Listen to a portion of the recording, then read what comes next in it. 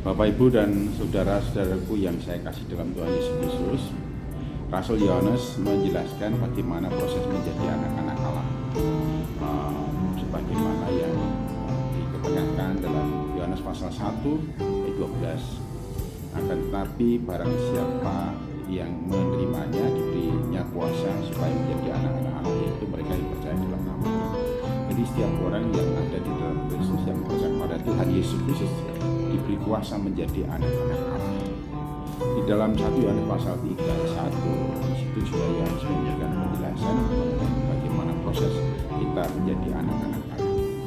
Kita adalah anak-anak Allah, tidak mengherankan kalau dunia memusuhi kita. Orang yang lahir dari Allah tidak lagi berbuat dosa, melainkan menyucikan dirinya dari dosa, karena kita dalam proses menjadi sempurna sampai Yesus menjemput kita. Ya, ini harus kita sadari sebagai anak-anak Allah. Jelas kita pasti berbeda hidup dan cara hidup kita dengan anak-anak dunia. Kita semua dalam proses menjadi sempurna. Jadi perbuatan hidup kita diperbarui dari waktu ke waktu, dari hari ke hari, oleh karena firman Allah terus memproses kita menjadi semakin menjadi sempurna, dewasa di dalam Yesus, dan dari hari ke hari semakin banyak dosa yang tidak dilakukan, pada akhirnya semua dosa yang pernah dilakukan tidak dilakukan lagi. Itulah yang membawa kita menuju kepada kesempurnaan oleh kasih Yesus melalui firman-Nya. Orang yang selalu berbuat dosa dan juga tidak mengasihi saudara-saudaranya, ia adalah orang iblis. Sebab orang yang lahir dari Allah hidup dalam kebenaran. Hal yang kedua di sini, kita adalah anak Allah, maka kita selalu meneladani dan hidup seperti yang Allah mau, yaitu mengasihi siapapun tanpa kecuali. Mengasihi menjadi bagian integral dalam kehidupan kita, bahkan menjadi cara hidup kita dalam hubungan dengan sesama, dan juga kasih kita kepada Allah melibatkan seluruh kepribadian kita. Kita hidup di dalam kebenaran oleh Allah, hingga kita selalu hidup berdasarkan keinginan kemauan Allah, yaitu mengimplementasikan kasih kita kepada Allah dengan mengasihi sesama kita.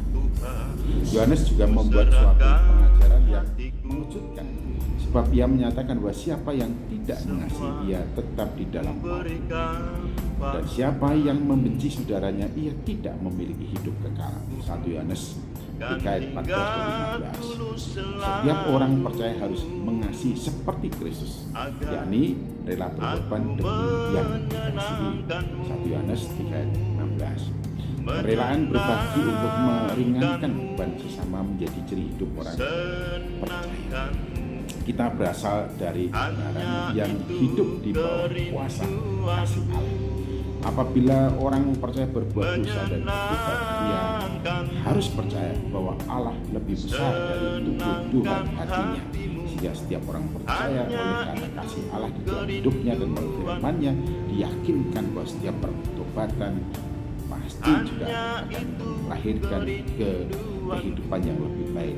Pertobatan, pengakuan dosa menjadi nafas kehidupan orang percaya, mengeluarkan yang buruk, kotor, jahat, dan tidak sehat, dan menghirup udara yang segar. Itu namanya pernapasan rohani yang dilakukan melalui proses pertobatan. Oleh karena dan melalui firman Tuhan, kita disadarkan akan hal itu, dan proses pengakuan dosa terjadi. Dan setiap orang yang mengaku dosa, ia setia dan adil, maka ia mengampuni segala dosa kita dan menyucikan kita dari segala kejahatan. 1 Yohanes 1 ayat yang ke-9.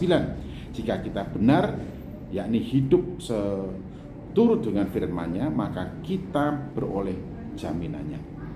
Ini inti perintahnya adalah percayalah pada Yesus dan mengamalkan kasih dalam pimpinan Roh Kudus.